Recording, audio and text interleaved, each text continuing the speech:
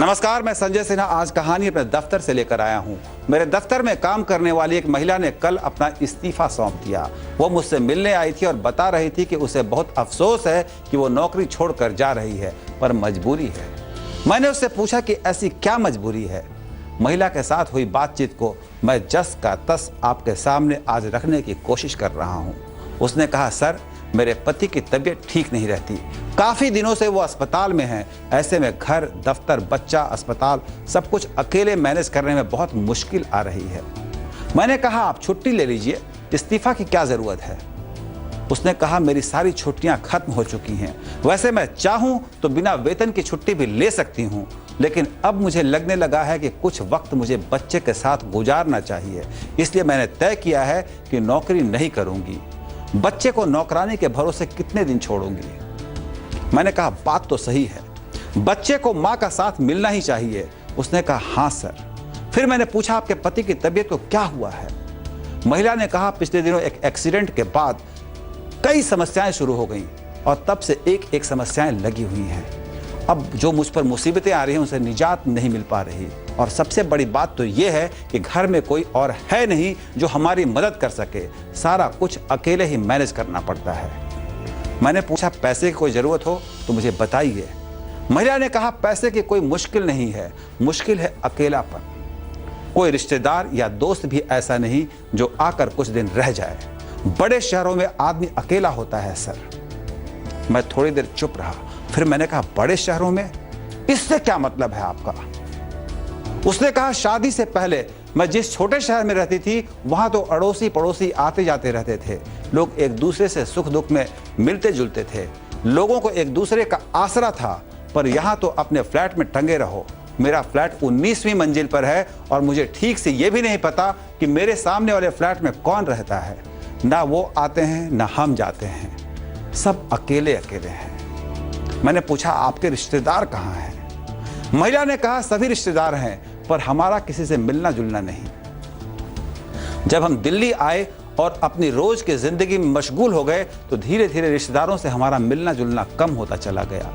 एक ऐसा भी वक्त आ गया कि कोई अगर हमारे घर बिना पूर्व सूचना के आ जाता तो हमारे लिए उसे मैनेज करना बहुत मुश्किल हो जाता। ऐसे में धीरे धीरे हम लोगों से कटते चले गए। जब तक सब कुछ ठीक था, हमें किसी की जरूरत महसूस ही नहीं हुई। मेरे पति की नौकरी बहुत अच्छी थी, बेटा स्कूल जाने लगा था, मैं नौकरी करती हूँ। ऐसे में हमें लगा ही नहीं कि किसी की हमें कभी जरूरत पड़ेगी। मैंने कहा, तो आपने खुद को अकेला कर लिया है और दोष महानगर को दे रही हैं। महिला ने कहा कि सर, सच्चाई तो यही है, बड़े शहरों में सब अकेले हैं। मैंने कहा, नहीं, सब अकेले नहीं, मुझे देखिए, मेरे पास इतने सारे लोग हैं। महिला ने कहा कि हाँ, आपने अपनी कहानियों को सुनाकर बहुत बड़ा परिवार बना लिया है। मैंने कहा, नहीं, मैं जहां जाता हूं 10 लोग मुझसे मिलने आते हैं। वो मेरे रिश्तेदार की तरह मुझसे प्यार करते हैं। वो भाई बन जाते हैं, बहन बन जाती हैं, माँ बन जाती हैं, दोस्त बन जाते हैं। न जाने कितने रिश्तों को मैं यहाँ जी रहा हूँ।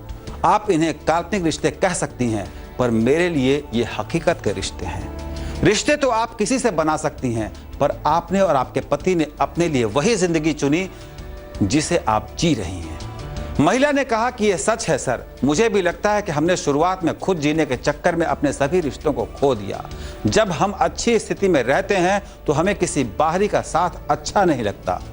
हम और हमारे बच्चे, बस इतने में सब कुछ हम समेट लेते हैं। तब हम रिश्तों की अहमियत नहीं समझते। हम संयुक्त परिवार की अहमियत नहीं समझते। परिवार क्या, हम किसी रिश्ते की अहमियत नहीं समझते। आज लगता है सबने हमें छोड़ दिया है। दरअसल हमने सबको छोड़ दिया था। अब कोई हमारे पास नहीं आता। मन बहुत करता है, पर यही लगता है कि किस मुंह से किसी को बताऊं कि क्या समस्या है। मैं आज जो कुछ भी सुना रहा हूं वो एक सामान्य घटना है, मगर एक एक अक्षर सत्य है।